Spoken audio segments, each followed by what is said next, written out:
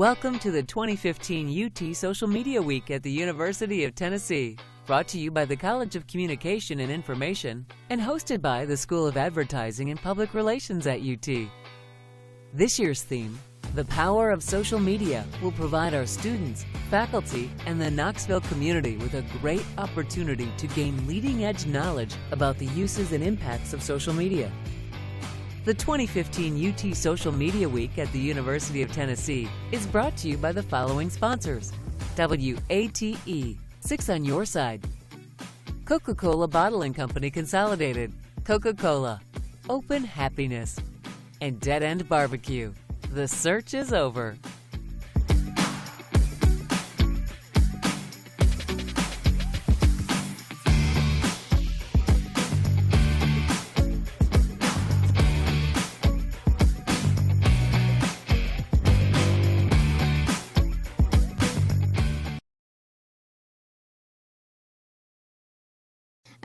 We wanted to remind you to please use the hashtag UTSMW15, and you can see all of the tweets over here on our screen. If you tag us or use the hashtag, we'll see it up there and we can retweet you. And then also just remember, we have Coca-Cola products and water in the back in the red cooler. If you're thirsty, please help yourself. And there's going to be a sign-in sheet come around later. Even if you're not a student, please sign in on that just so we can keep track of everyone. And yeah, so thank you so much. We're going to introduce our panelists. Okay, good morning, everyone. First, I'd like to introduce Tirsa Smith. Tirsa has co-anchored...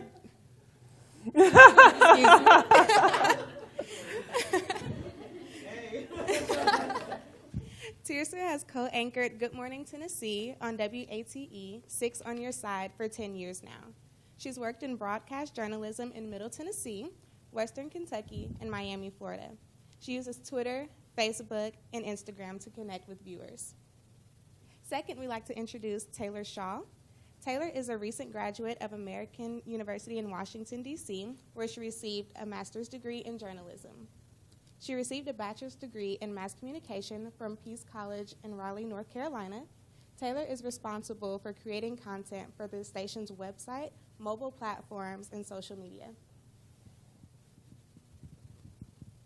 Hi, everyone. I'm Tiffany. I'm an advertising major. I'm going to introduce Sarah Burton. Sarah studied broadcast journalism at the University of North Carolina at Greensboro. She began working for a digital ad agency before people really knew what to do with digital ad agencies. She has been selling digital marketing plans for 12 years and with WATE 6 on your side for 10 years.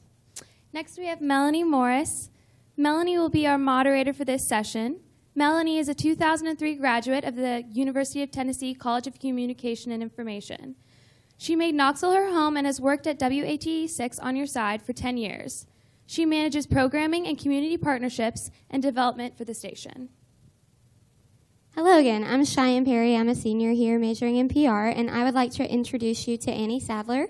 Annie graduated with her bachelor's in electronic media, broadcasting, and communications from Appalachian State University in 2011. She worked as a digital media platform producer and later digital director for WATE 6 on your side, growing their digital platforms to reach millions of unique users.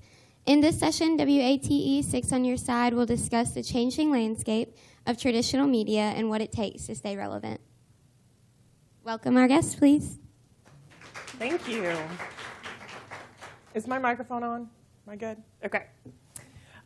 Thank you guys for that awesome introduction. Again, I'm Melanie Morris with WATE 6 on your side. I'm going to be moderating today. We are the ABC affiliate television, the local Knoxville ABC affiliate. And I'm also, as she mentioned, a proud CCI graduate, so I'm really excited to be back here today with my esteemed coworkers who are all experts in their respective areas, and I think you'll learn a lot from them today. So I was going to do introductions, and now I don't have to, so let me scroll past through my notes of all the fancy things I was going to say about these ladies. But you know, we work in television, which is a traditional media, right? And we know that traditional is really a code word for old. So let's take a quick show of hands. How many of you watch television news? And I mean, turn on the television to watch a newscast. So, yes, I'm glad to see that the professors in the room do.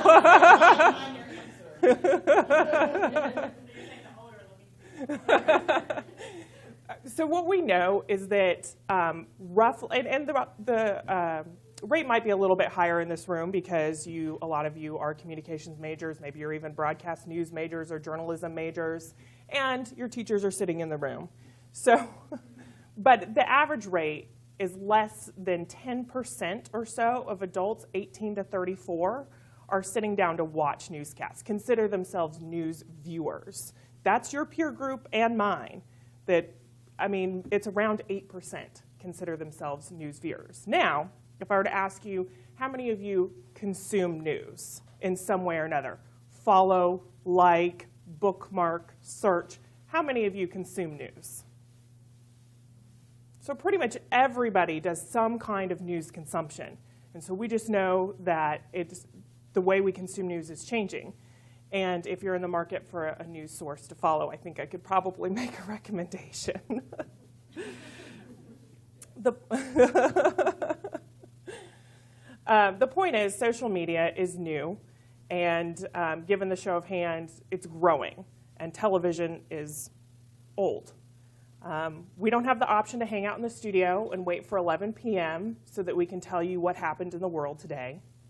You already know. If you care, you know. The TV station is still our megaphone, but it's not the boomer that it once was. So today, in 2015, and probably for the last, maybe half decade, we consider ourselves a multimedia company. And social media is a very large part of that. So we'll be digging into that a little bit deeper now with these ladies.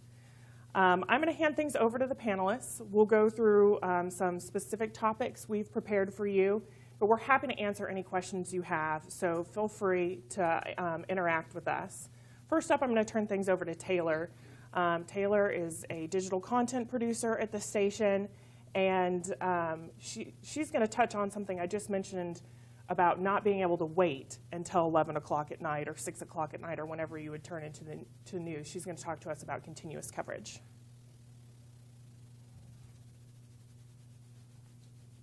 Hello. Can you guys hear me? Okay. Yeah. Hi, like she said, I'm Taylor, and I am a social media producer, online content producer, social media girl, whatever hat, I wear it, okay? So talk to you a little bit about continuous coverage. Because Facebook is such a huge, and you guys feel free to chime in. Because Facebook and social media is in the palms of our hands, literally, we can update our viewers as soon as something happens, be it a push alert, shameless plug to download our mobile app, push alert through our mobile app or Facebook or Twitter. We're constantly trying to let you know what happens as soon as we know, as soon as it happens. We have some of our reporters that go out into the field and they shoot snackable videos or short videos about if they're in Nashville at a Senate hearing or a legislative meeting, or one of the things today was there was a bomb threat at a building in Maryville. So we, definitely sent out the breaking news as soon as we knew, and we continue to develop and continue to update the story as more information becomes available.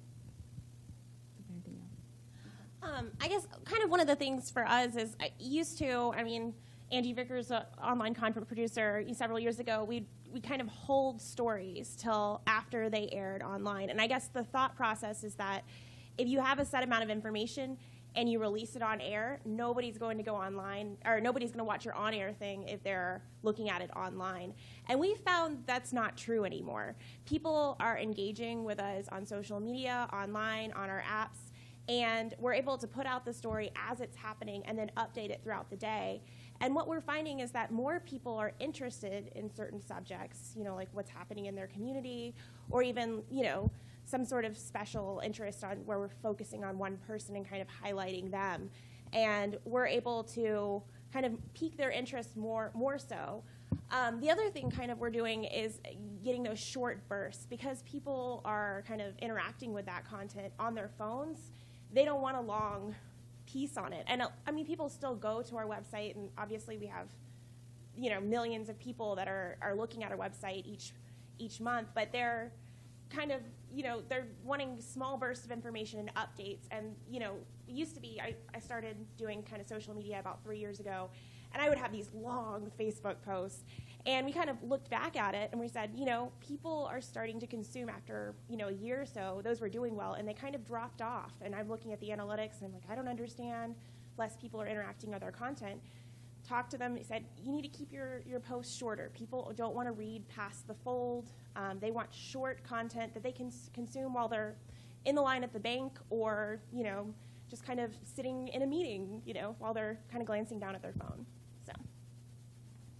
Okay. Annie, true story, the reason we were running a little bit late today was because Annie and Taylor were getting out some push alerts for breaking news. We said, we're leaving the station at 11:15, and then at 11:15, Annie calls me and said, I need 4 minutes. Like, okay, 4 minutes. So, like she said, when the news happens, we're getting it out, and that's really the key. Annie, do you want to go ahead and talk about some of the specific examples of things like user-generated content, winter weather, the things that we had, and hold your microphone a little closer? Okay. Yeah, so one of the things that kind of we've been dealing with for the past month is winter weather. And I'm sure all of you guys have had that from, you know, wanting classes to be canceled at UT. I know we received plenty of tweets from you guys on that. But really trying to kind of use that to kind of show when roads are going to be bad, to share photos. We received, I don't even know how many photos from people, and they're all coming on in different platforms.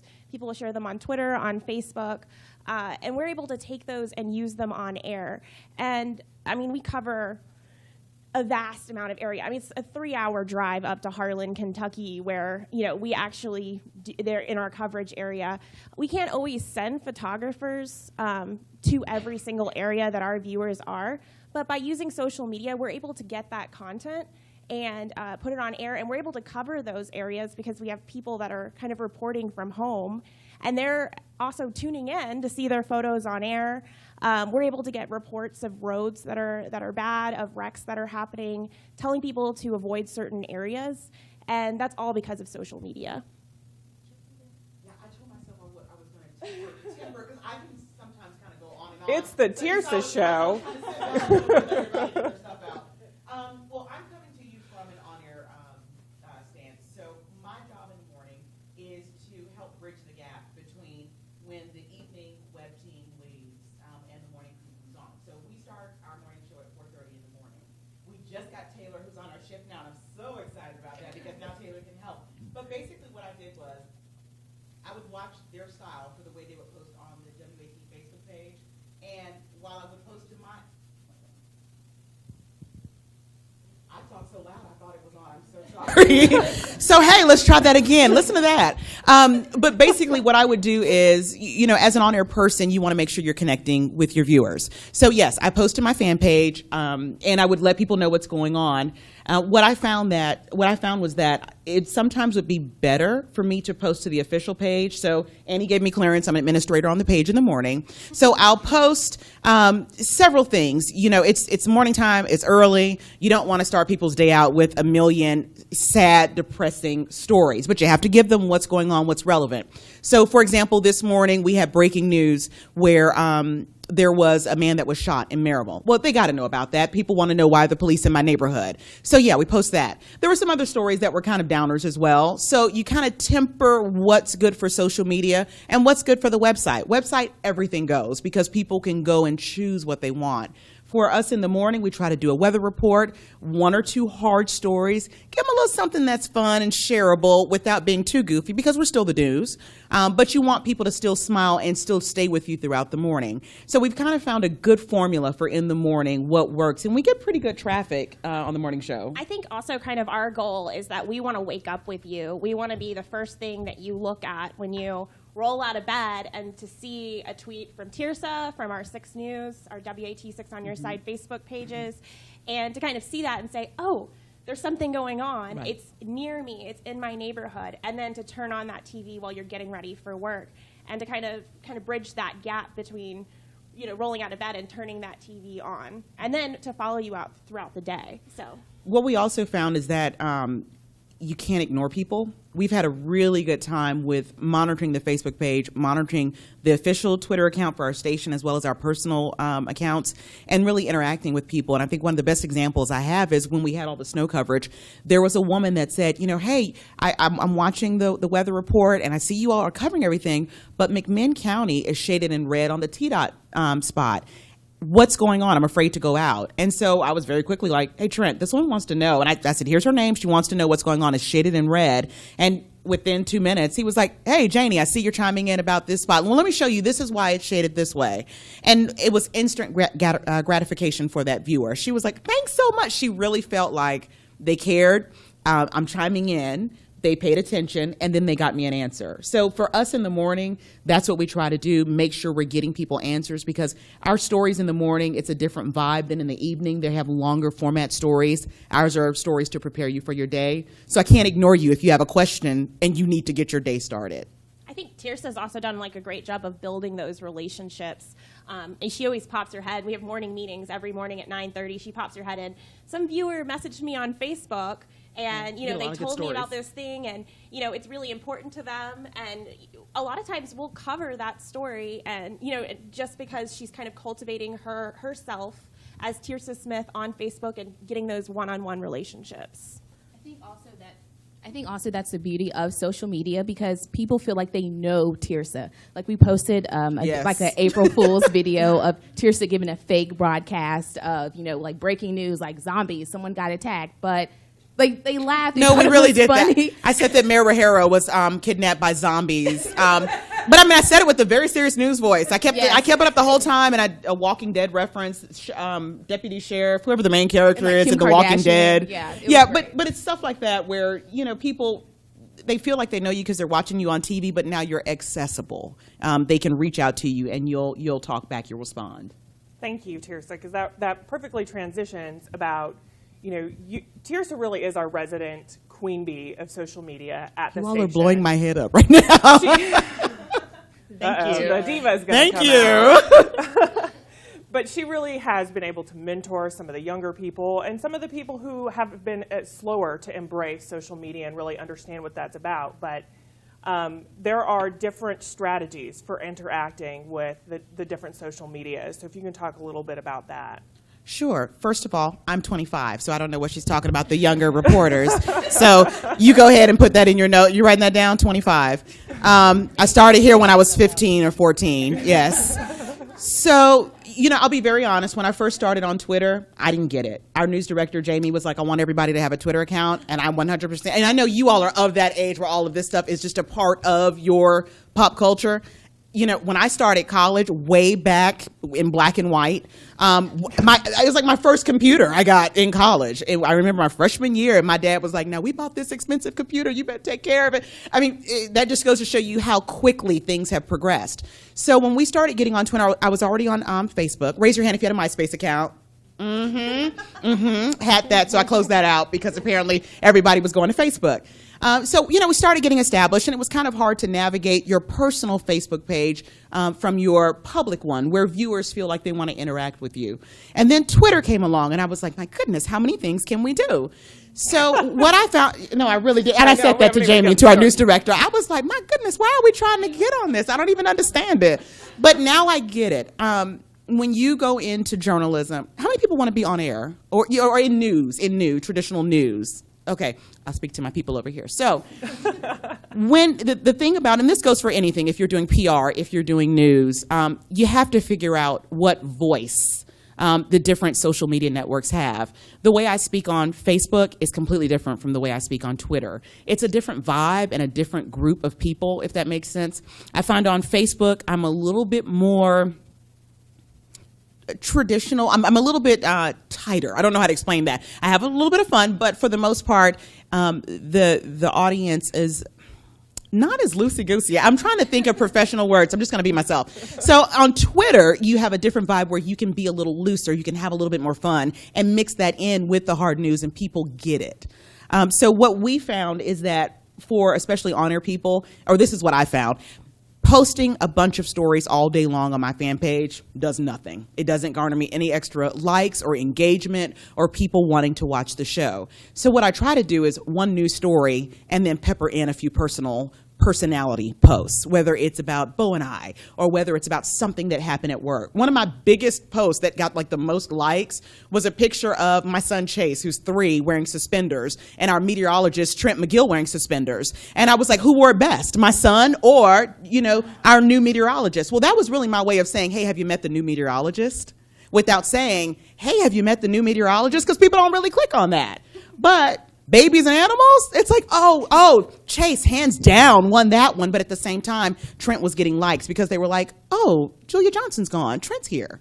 Okay, click like. So we try to be a little strategic in what we do. For me, posting a bunch of stories, it just doesn't get any movement. People go to the WATE page for that. They want to get to know your on-air people on the other pages. And I'll say this, kind of, on the digital side of things, one of the things like Taylor and me and we have our other online content producer, Greg, do is kind of plan out what things are going to work on which platform and how we're going to kind of use that. I know as far as building personalities, kind of Taylor's been working with our sports director, and I know he spoke yesterday, Michael. Do you want to kind of talk about that? So kind of piggybacking off of what Tirsa said, is with social media, we have our ear to the ground and we know, like I feel like there's no longer a wall between the on-air personality and the viewer. So it's like they can interact and, like Tirsa said, can respond. So with Michael Spencer, our sports director, he's really into socks. Don't know if you know that or not. Fun fact. So he's been taking photos of his socks, different socks from Easter socks, St. Patrick's Day. I think he wore Texas socks. So it's just showing personality and showing that you're not a square, that you're a 3-dimensional person. Right. And I think that's definitely what social media does. You can, like Tirsa said, have a voice, be conversational, show personality. And so yeah, we're working with all of our talent to kind of do more of that. Now, with that said, when things do happen, when news does happen, you have to also figure out how to switch over and let people know that you're still in control, you're still an authority on the matter. So, for example, when we post to the WAT Facebook page, let's say something happens. Now, we've had fun, we've gotten you going, we've gotten you smiling, your day is ready to get started, but if something serious happens, instead of posting or replying to people as the Channel 6 person, I switch it over so they see me posting, and it'll say WATE Tirsa Smith. And it makes it seem as though, hey, big news is going on, but she took 2 seconds out to reply to my question.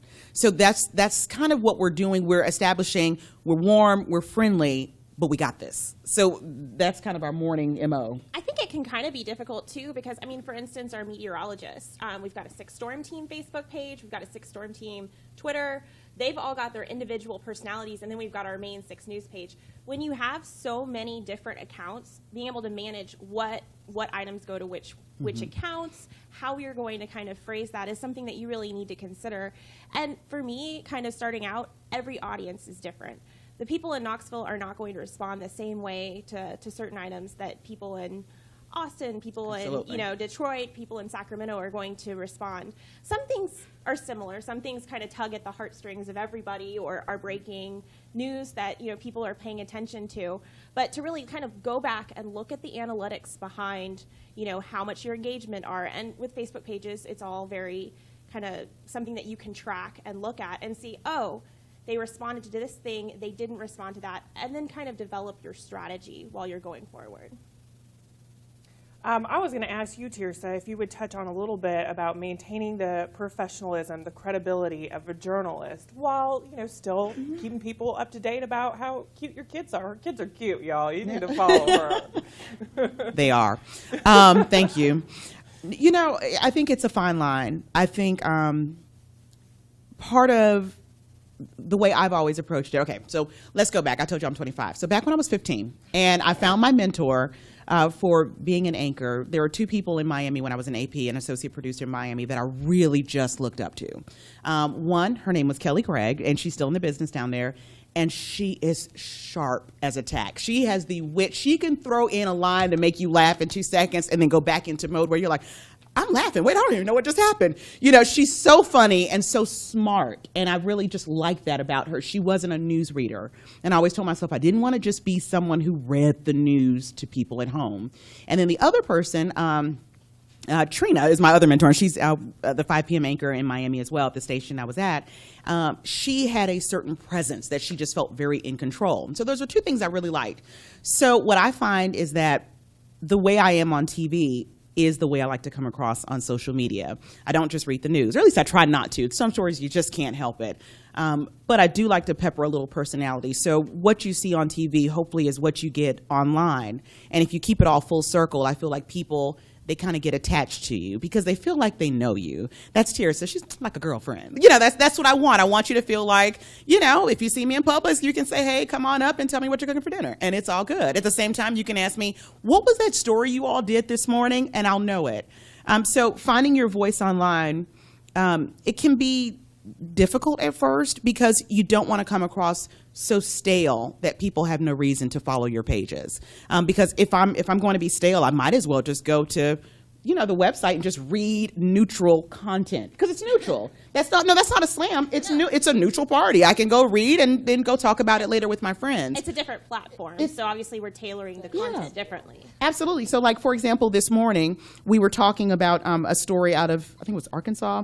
You know how people are into the shaming of kids now? Like, if they get in trouble, you put the big placard on them and they stand out and people honk like, you know, I stole from my grandmother and this is my punishment. And so I find that a lot of the people that follow me on my Facebook page are moms. I find a lot of them are your 25 to 55. It's the demographic. So let's keep that going. Let's talk to them and make them feel engaged. So I was like, how do you all feel about this? I'm just kind of on the fence about it. I see this is kind of becoming the trend. What do you think? And I just let them chime in from there. And if they ask a question, I answer it. But basically, I gave them some news of the day without saying, you know, here's a headline, here's a link. I gave you like a kind of, let's talk about this. What do you all think? And I find that's kind of the best way for me to bring people in. And I mean, Facebook is going to show the post to more people if it's getting more engagement. Right. So one of the things I know Taylor's been really good about is kind of finding questions that we can ask people, kind of trying to get discussion going, especially on Facebook, because, I mean, they're not going to show, if nobody comments or likes or shares that post, nobody's going to see it. 20% of, you know, every post you post, about 20% of the people see that. And if you're getting more engagement, Facebook bumps that post up in your timeline. So, real quick, do you all talk, like when you all talk about Social Media Week, do you all talk about like analytics and stuff and how posts are seen? Do you all know what she's talking about when she's going through that? Okay, cool. Just making sure, because I think it's so fascinating. Like her websites and stuff where you track all of the different movement. And we have weekly meetings where we kind of go over all of that. So, okay, are there any advertising or marketing students in the room today? Yeah, a few all right. Yeah, that's good. We would be completely remiss if talk at some point. Yeah. Pull that microphone. Get it away from. Oh, here we go, hon. Yeah. I got things to say. Are we moving to the dark side now? We are. We're moving to the dark side. We really would be completely remiss if we didn't touch on the sales part of what we do. They have the ability to create a marketing strategy for clients that includes a lot more than traditional, and there's that code word for old again. Commercials. So Sarah is here. She is our easy. No, your digital is new. It's traditional that's old. I'll take it. You're 25 too, yes. right? Yes, I am. So I am 25. Sarah is going to give us an idea of how new media, digital media, and social has changed the whole local marketing landscape. How much time do we have?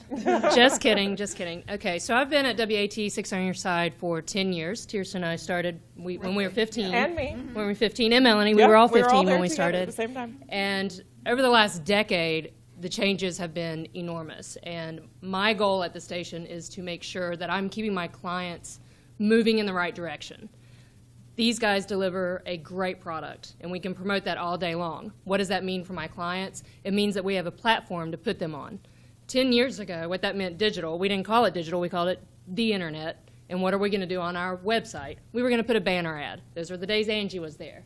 And she had to compete with me for space on the website. I put my advertisers, she put news stories. I'm like, no, move your news stories, I'm going to put my advertisers. Today, it's a whole new landscape. How many of you woke up this morning and this was the first thing you picked up? Come on. Or this one. But you did this probably before you turned on the TV station. The TV station is traditional. It's a great platform for advertisers. My goal, my job, is to take people from that traditional advertising to the next step. We call it the funnel. You marketing majors, how many of you heard about the funnel? You know the funnel. You start with the awareness, the handshake, let people know that you're there. And then you go to consideration. You're thinking about buying something. Why should I buy from you? And then you purchase. That's your search engine marketing, your search engine optimization. That's people finding you on these devices, finding you on all the screens that people now have accessible. And then there's the loyalty phase, and that's where social media is king. That is how you engage with your clients. That's how you ask for referrals. That's how you keep people coming back. You want to make sure that you have a Facebook and a Twitter. And I can't tell you how many of my clients that I meet with that say, yeah, I don't do that social media stuff. Then you're losing a very important step of that funnel. Because if you don't have that loyalty, that engagement, you're eventually going to lose those customers. Because they're not going to be able to interact with you. And that's what social media is all about. It's about interacting and becoming one-on-one. That was kind of brief. How was that? That was excellent, Thank actually. Is that all you wanted to say?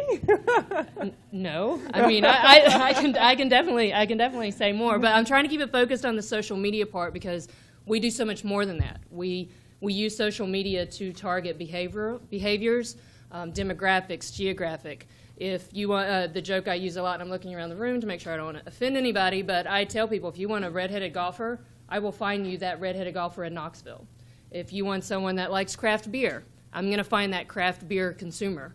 If you want somebody that lives in the 37920 South Knoxville location, maybe a little bit into Blount County, but you don't want West Knoxville, I'm going to find that person for you. And we are able to target in such ways that the audience, the niche, has become very defined. Whereas TV reaches counties all the way, we talked about going to Kentucky. Digital, you become one-on-one. You have the opportunity to hit that exact person that you need to sell your product to. And you're kind of doing that through mobile. I mean, really, we're kind of pushing mobile on Twitter and Facebook, pushing people back to our site, and you're able to kind of sell that to specific areas and locations. And not even just mobile. I mean, we're able to do it mobile, tablet, desktop, any form of digital device that you use. We can actually pinpoint location, person, male, female, age group, 25-year-old moms. I like this. I'm sticking with that. I'm sticking with that. I'm sticking with that. So since I'm the resident old lady in the group. But anyway, so it's true. So we're making sure that we do define that niche in your target audience. The way we talk to customers now, the way we go in and pitch a business, we don't take them a plan and just say, here, you need to put a banner on our website. We go in and say, what do you need? Tell me what you need. Who are you looking for? If I stood here all day long, if I stood here 8 hours while your doors are open, who am I going to see the most of coming through that door? And then we're going to use social media to find that person and more of them and communicate with that person. Thank you. Go ahead. I think the other thing for you is kind of, I know when you first started, there was probably, a one sheet of all the sizes of banner ads and stuff like that. Now you have an entire notebook, and she pulled it out at one of our meetings, because there's just so many different things that you guys are able to offer now. There's so many different components, and it really does for the marketing people in the room, and just communicating. All the different screens that we have to communicate with. Tirsa has to do it, through the news aspect. It's up to Annie and Taylor to make sure that they're communicating on all of these different screens to get our message out. It's my job to get my client's message out on all of these screens as well, and to make sure you're using the right screen. Mobile isn't right for every client. Desktop isn't right for every client. Targeting Knoxville DMA, the redheaded golfer, isn't right for every client. So it's become complicated and fascinating at the same time. We would be happy to take your questions. We welcome you. Yes? Well, actually, when you talk about when you were referencing old media, y'all might be thrilled to know I turned in a conference paper actually today, yay, that studied different types of crises, public health, disaster, weather emergency, all kinds of things, terrorism. And television was overwhelmingly the first place people want information. So I think we were kind of trying to issue a caveat to researchers and everybody else, in this reliance. They needed social media more for, support and checking on people and kind of monitoring and surveillance. But especially for the 34 and up group, they wanted, in any crisis that affected their well-being across the board, the first place they turned to was TV. And so I think we have to balance this old versus new media with the whole, understanding that. I'm sorry. Go ahead. I was just going to say, for me, I don't think you have to pick between the two. Right. You don't have to pick between old versus new.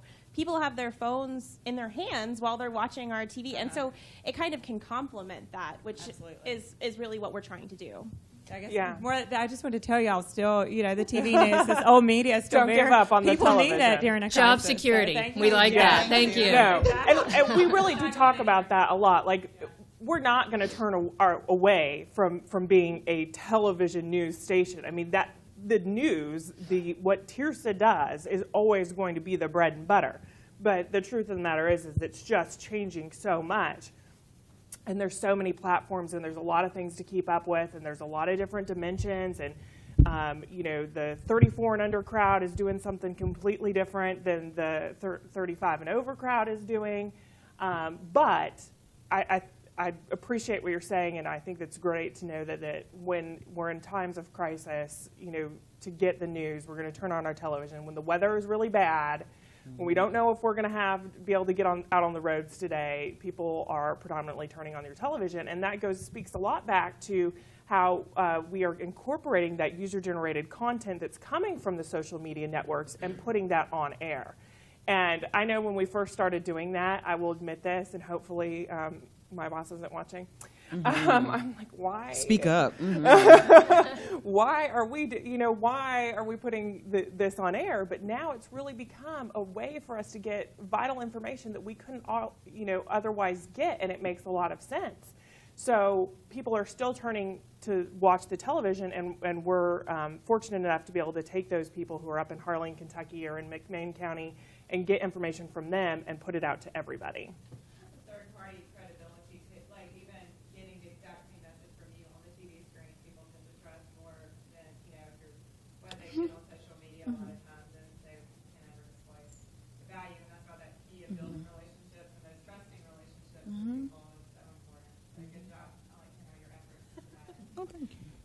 And to kind of caveat on that, during our winter storm coverage, we were able to kind of put up a Google Hangout. We put up live streams on our website and say, hey, we're going to be on for the next 3 hours, just answering your questions about storm stuff, tracking the storm as it's going. Tweet us your questions, and the meteorologist will check it, or back in the studio we'll be monitoring the feed, and I would text them on their phone and say, hey, can you address this one from this viewer? And we went on for 3 hours one day, just kind of going over all the storm stuff with our talent. Any other questions? You may not even want to look at the whole article on that. You just want to know enough to have something to say when you get to work to be knowledgeable. So for Twitter, I do a quick burst. Here are your top stories. A man was shot in Maryville this morning. I should look him up, but I did it. A man was shot in Maryville this morning. This is what we're working on. This is what we know so far. He's in serious condition. That gives you enough to talk about it if you're in Maryville. Did you hear about all those ambulances that were out? Well, this is what happened. This is what Tirsa said. Tirsa said that there was an ambulance out there because somebody got shot. I want you to be knowledgeable of the day. So I give you your hard stories. I do a few international stories. We had some updates on the German Wings plane, and just a few nuggets there. And those I'll give a link, but I make sure you have enough where if you don't click on the link, you have just enough to at least be conversational with people. Facebook is a little different. And I've just kind of watched these guys. I don't oversaturate the Facebook page in the morning because Facebook is just so different to me because sometimes I'll see a post from 2 days ago from the WATE page. Now I'm an admin. You think I would see everything from that day. Sometimes I see things from like 3 days, a week ago. So I kind of temper that with just the most important things of the day and then a few talkables. Those can be a little bit longer. Like she said, not too long, but maybe 2 to 3 sentences and then here's a link. And then I ask viewers to chime in because it's more of a conversation on Facebook, because you know how the Facebook comment section can go. Isn't that always fun? Do you all ever check those out? Whoever's going into journalism, you just be ready for that. The Facebook comment section is always a winning moment in my day. But I try to do something where people feel like this is newsworthy enough for me to give my 2 cents. You know, she posted this, well, let me tell you how I feel about that. You know, and there are certain stories that always, will garner that attention. If it has something to do with kids, childcare, the elderly, the military, your rights, Second Amendment rights, First Amendment rights. Those are things people always want to talk about. So we try to do those type of stories where people won't just keep scrolling. Twitter, you don't have to, you can just keep scrolling. That's the whole gist of it. So I don't have to do as engaging, like click on the link to learn more. And it just took time to learn it. And then on my Facebook page is more personable things. People just want to know behind the scenes. A post that got a lot of shares and likes and just hilarious conversation, I dropped my Mac compact. Now, you might not understand why that is traumatic, but right before the show, I dropped my brand new Mac compact, and it went everywhere, and I had no more face powder, and it was traumatic. And so just for a little bit of fun, I got on the floor in my work dress, and I was like, on my picture next to my compact. But all the women were like, we're gonna go look and see how you look. You're gonna be fine. As long as you click on that TV, fantastic. I don't care how you get there, just get there. So it's little things like that to make people feel a part of the show. So everything, that's why I say the different voices of the different ones. I have not mastered Google+. Please don't ask me to, I can't do anymore. But apparently, we also use Google Plus at the station. Somebody else can tell you about that. And Instagram, and I do Instagram. I do Instagram. And I know for me, I started 3 years ago, and they created a brand new position, and it was manager of social media accounts. And I told people I had gotten the job, and they were like, "What? They pay people, and that's your only job is managing social media?" And we've kind of expanded that. Taylor took over. We kind of switched that to doing web and social media because they really have to go hand in hand. But when I started out, they gave me like 6 bullet points, and they said, "Okay, create a position from this." And so I had a laptop, I had admin rights to our accounts, and I had 6 bullet points of what we wanted to do, and kind of taking from that. So I started reaching out to people that were doing social media at other stations, and I just messaged them, and I was like, "Well, do you have any tips for me? I just got this job. I don't know what I'm doing, And they said, "Try one new thing every single day." And that's really kind of the philosophy that I've kind of taken because, like I said, every social media account is different, and you really have to find your rhythm, find who your viewers are and what they're responding to. And I think kind of trying to try something new, for instance, try doing video updates from the newsroom, try, going out into scenes and taking photos and sending them back and putting up an album, trying new things and then seeing how they go. And kind of looking back on that. So I think it's important to note for those of you, because I always remember hearing this, even when I was in school and didn't really believe it, that there were like jobs, that didn't exist yet, that, we should be like prepared for. I mean, Annie literally got a job that didn't exist when she graduated college. Like, within 2 years, she was in a new position that was a position that didn't exist when she was graduating. So I started out at WATE as an editor photographer. So, I went from editing shows to kind of into this new position and kind of creating it. And I feel like a lot of you guys, when you're graduating, some of you may be going into positions where you have to kind of create your position and create what you do. And it can be a little bit overwhelming because, now, Taylor's got, we need to push this story and this story at this time. At noon, people are getting on lunch. They like a little bit crazier news because, that's what people like when they're on their lunch hour, just kind of scrolling through things. The morning, we have certain updates. But you may start in a position doing social media where you don't have any of that. And for us, we try to post every hour. We didn't have that. And so just kind of experimenting with stuff, going back, looking at the analytics, seeing what's working and what's not, and then adapting your strategy from there. Real quick follow-up. One of the things that happens typically in an organization is that a manager or supervisor can sit down with an employee and say, "You're doing this well or you're not doing this well." And you can do that with a lot of traditional skill sets that you acquire. But here you are in an evolving situation. In an evolving situation, did you have people saying, "You're doing this well," or "You're doing this poorly"? And let me explain to you then what you need to do well. I think the great part about social media is when you don't do something well, your viewers tell you. But I do also have our managers, and that's kind of evolved as well because it kind of started as, just kind of, get something out there. And then they kind of started going back and kind of refining that. And I mean, I think we wouldn't be where we are today without kind of my bosses kind of giving me tips and helping me out. And working at WATE, we have a great corporate structure that's kind of been able to allow us to get more training. And I mean, we just had a visit from corporate, and they've given us a whole list of things that we need to try out on things that we're going to work on.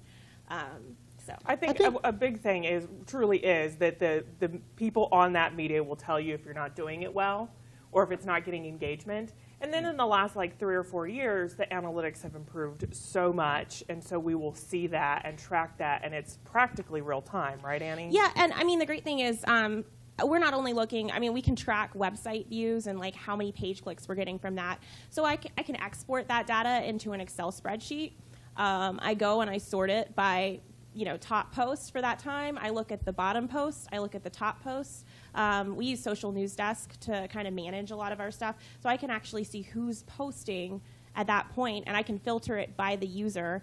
And, especially over the weekends, we have other people filling in a lot of times on our social media accounts. And, I can go back over, hey, look at this post. Here's a way you could have done it better. Let's look at trying to find more interaction. This is just one line. Let's try to get people to respond, interact with your post, like it, share it, comment, etc. But I think there was a time, and I will tell this story on Annie because I don't think she would tell it, but there was a time, I think, when there were too many cooks in the kitchen. There were too many people with different agendas coming down to Annie and saying, we want to do this, we want to do this. There was sales, there was the creative services department, there was the news department. I mean, there were managers from 3 or 4 different areas of the building, and it was just too much. I mean, you don't know who to respond to. You don't know whose needs to meet. And so in that time since, we've developed more strategies for dealing with it, because I think there really was a time when the management didn't know the best way yet either.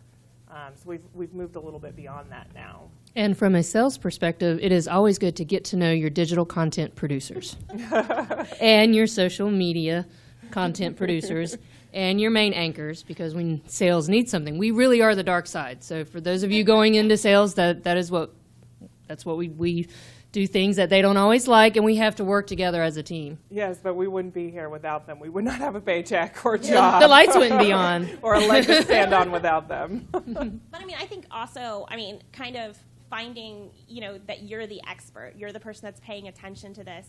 And a lot of times, your bosses won't necessarily know what it is that you're doing. Or, I don't think that's the case at our station, but I've talked to a lot of my friends at other stations, and, your bosses don't know what you're doing or how you're doing it. And they may come with you, and a lot of times I think you have to say, I'm the expert. I need to kind of say what's best. And obviously, if they say, no, we're going to do that anyways, go with it. But when you're starting out and kind of figuring out where your rhythm is, you can't be afraid to say no to people. We're not going to put an advertisement up on our Facebook page. We're going to kind of morph this into more content-based stuff instead of just plugging stuff. And I always tell, when I looked it up, it's the 80-20% rule. And even if you're getting into communications for some other area, you want at least 80% content to 20% advertising. And so that's really something that I kind of try to hold true, to give 80% content and actually give things that are meaningful instead of just trying to sell something. So. And a lot of times we're asked, why are you the expert? And other than the fact that I've been doing this for 15 years, we have a model that is working. And it's working because of these ladies here and some others at the station. And so when I go to clients, I share those same principles. I share the 80-20 rule. Make sure that on your client websites that you're not just promoting yourself and just advertising yourself. Make it fun too. Like Tirsa said, people love kids and pets. Post about your kids and pets some of the time too, and people are going to pay more attention to the actual advertising part of it. Other questions? Have you dealt with the dark side of interaction with the public, Annie? I know one of the things the university is always concerned about is when you put up comments or you have rate my prof or whatever. What do you do when somebody is using this technology for evil instead of good? Well, I know yesterday they talked about, fake images coming up and how we deal with them. And we always like to run that by our weather team. And the great thing about being a news station is, you could have a Facebook page and you could have viewers put up a picture of something and a cause that they want to support. Well, if you don't make the calls behind it, if you don't call the sheriff and say, well, do you actually have this police report file? If you just Right. put it up or just share it, Right. you don't know if that person's true. You don't know if they're correct. And I think that really what we've taken is to, take things even on social media with a grain of salt and to really investigate them. And that's where being a news agency and having those resources of reporters to call on stuff, our desk makes calls, and kind of make sure that things are true before we're sharing them on our page. And then I was going to say from an on-air aspect in terms of comments, the good side is that we get to interact with people. The bad side is sometimes we get to interact with people. And, there's a certain wall that's there because, you can say what you feel and you're not in my face. So we do have to deal with people when they don't like you, and they have every right not to like you, absolutely. But sometimes the wording can be very targeted. It can be a little unfiltered. Sometimes folks say how they feel, exactly how they were thinking it. And what I've learned over time is that, you may want to write your first reply, click, click, click, click, I can't believe you just said that, let me tell you. And then you erase that, and then you come back and kill them with kindness. Because what we found, over time, what I found is that sometimes people are talking in the heat of the moment. And there have been times where if you're nice back, like, oh, you didn't think we covered that? Well, thank you so much for commenting. I'm going to send that over to my news director, and I'll see you in the morning. Oh, thanks, Teresa. I didn't think you'd actually write back. Whoa, okay, so you actually do like me? Like, what just happened here? So sometimes you have to go into it knowing that I'm not here to pick a fight. I'm here to make sure that you stay committed to the content that we're trying to give you every day. So you just have to, even when you really want to say how you really feel, you have to say what's best for, because you're an organization. You're one person, but I represent WATE, so I can't speak off the top of my head. I have to pull it back and make sure that, number one, is what they're saying true? Did I not do that well? Or did they not like what we said in that article or what we said on air? Because sometimes they might be, you know what, you were right, I got that street wrong. It wasn't road, it was lane. I apologize. Was it a big deal? No, but you felt enough to post it. So if it's important to you, it's important to me. So that's the way we try to just kind of go back and keep that relationship so we don't lose viewers. In terms of, wait, I had one more. Was that one? One of my favorite ones, and I know you all have seen this before, and a lot of journalists definitely use this on Twitter, and it always makes me laugh. Like in people's bio, when they say, retweets are not endorsements. What does that even mean? Why would you retweet something that doesn't align with, the message that you're trying to get across? A part of what Annie was saying about sharing images that you have not verified or sharing information that you haven't confirmed is correct. I don't retweet anything that is not true. I've looked at it and said, okay, this is from the AP, or this is from ABC News, or this is from WATE. If Joe Schmo said it, I need to check it out first. If I am retweeting them, then I say, so-and-so in this area is saying this, we're going to call on it. Basically, I'm not going to leave you blind and just throw information out there and then say, my bad, later.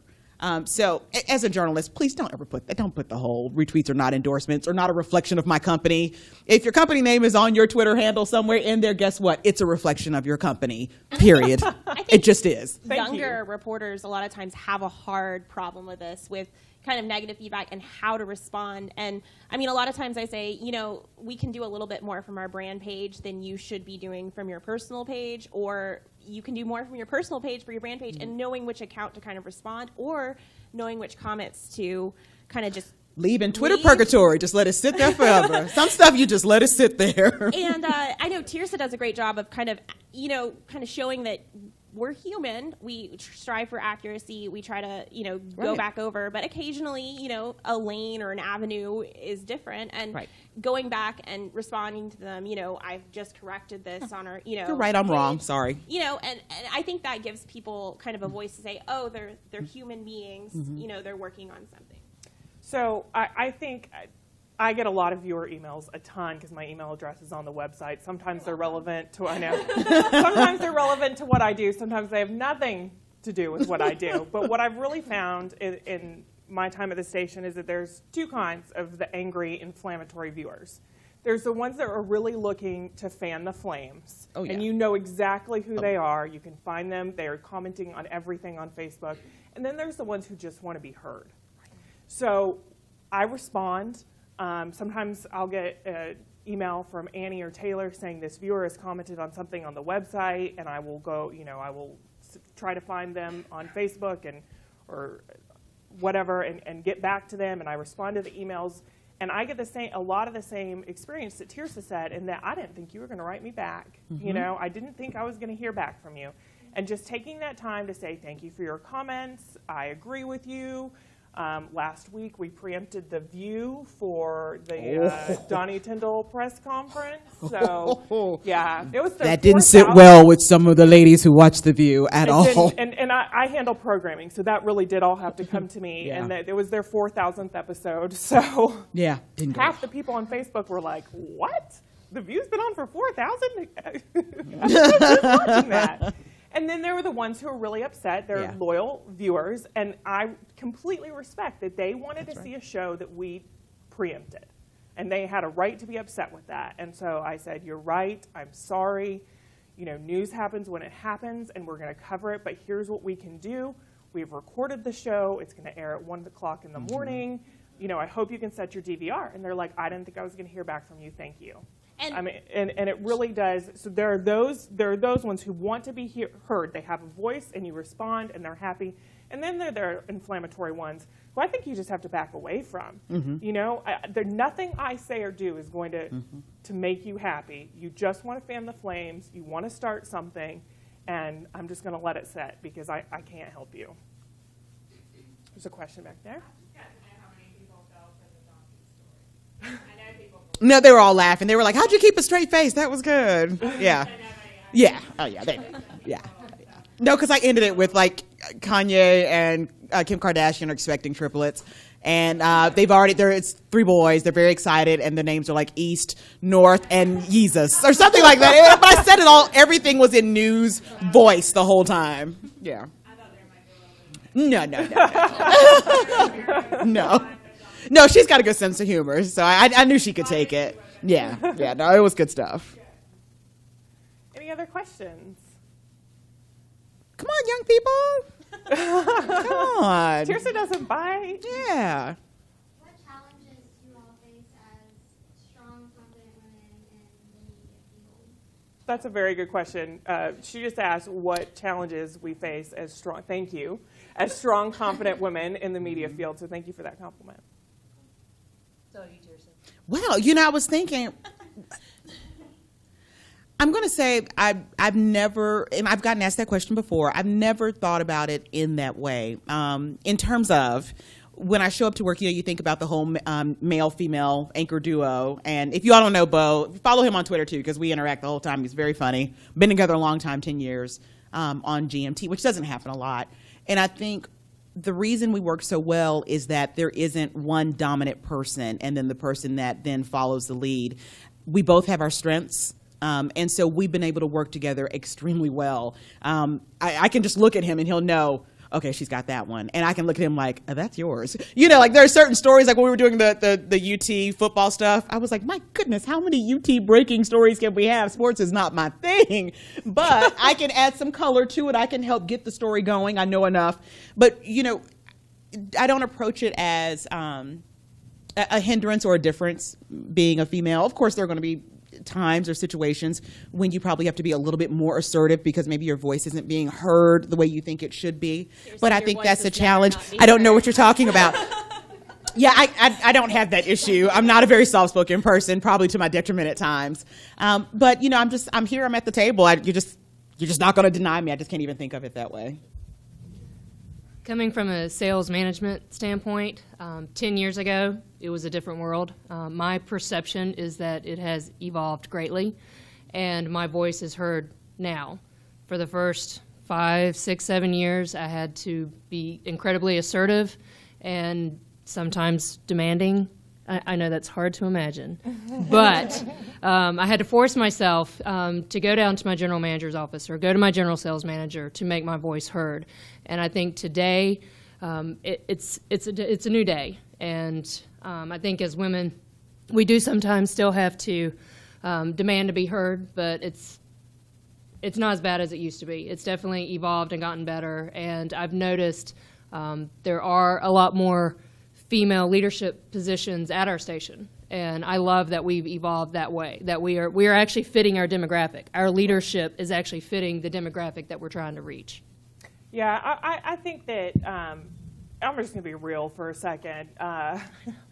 There are times as a woman, trying to be a professional, trying to be in a leadership role, and you are not always going to be popular because it happens. But I think that one thing that I've really learned is a level of diplomacy in responding to roadblocks that I didn't have when I first graduated, and probably for the first 2 or 3 years. I was terrified of you the first couple years, and I'm not scared of anybody. I know, seriously. Melanie was a little terrifying. I've heard that. I've always liked that. I know, but I had a don't mess with me vibe that I've had to kind of, I've had to take the pricklies out a little bit and learn to be a little bit more diplomatic, because I wanted to get somewhere and I wasn't going to do it by being prickly all the time. But I felt at a time that I needed to be, because I wanted my voice to be heard and I wanted to be strong and confident. I didn't want to be run over, and I wanted people to know that I was legit and to be taken seriously. But I did learn it, and I have had some good role models along the way, and just the same thing in responding to viewers sometimes, that everybody's position and voice deserves to be heard, and because I was coming from a place where I wanted to get mine out there, maybe sometimes I wasn't in return doing a good job of hearing out other people, or maybe writing them off before I should have. And so I think it comes with time, and it comes with learning the things that you can and cannot do, and just being a better problem solver as you get experience under your belt. And from a social media standpoint, do be careful what you put on Facebook and Twitter and Instagram, because it will follow you. I have no filter on Facebook. If I want to post about my kids, I post about my kids. But I have to keep in mind that everything that I say, my general manager is going to see it, my GSM is going to see it, these amazing women that I work with are going to see it. So if I'm having a bad day and I want to vent, filter, ladies. Just make sure you filter, because I want my voice to be heard, but I want it to be heard in a positive light. You can't make change unless you're doing it the right way. I don't know. For me, I am 25. I'll throw that one out there. She's actually 25. It's a hard line between having a good bedside manner and getting walked over, and you kind of have to find that middle ground. You don't want to be too rough, and especially when you're going over these social media accounts, because social media is 24/7. Even if you are a manager, you can't do it all by yourself, because there's no way, especially with us. I mean, we're updating Taylor's in at 4 a.m. in the morning. We've got someone staying till midnight. We've got people at 2 and 3 on weekends. You have to bring other people in to help you manage your accounts. It's too much for one person to do, especially for a news agency. And a lot of times you're going to be in a spot where you're having to review what they're doing, and finding, a way to address them where they're going to feel like, one, that you're encouraging them to do better, but also, kind of saying what things are okay and what are not okay. So, and I think it's kind of something maybe you have to find, with time. And everybody wants somebody to have their back, whether it's each other in the workplace or it's the viewers. Everybody just wants to know that they're heard and that somebody else has their back. Sure. Yeah. I got both, so I'm okay. Huh? I said I've got both, so I'm okay. I'm like, you better back me up. We've done that before. Sarah and I have had each other's backs on some things in the past, too. It's like, I guess if you're going down, I'm going down with you. So. Well, we want to say thank you so much for taking time out of your very busy day. I know social media just adds that extra element of busyness. So thank you for joining us. Some of you, this is your second time here. So thank you so much. Thank you for having us. Yes, thank you. We have some gifts, too.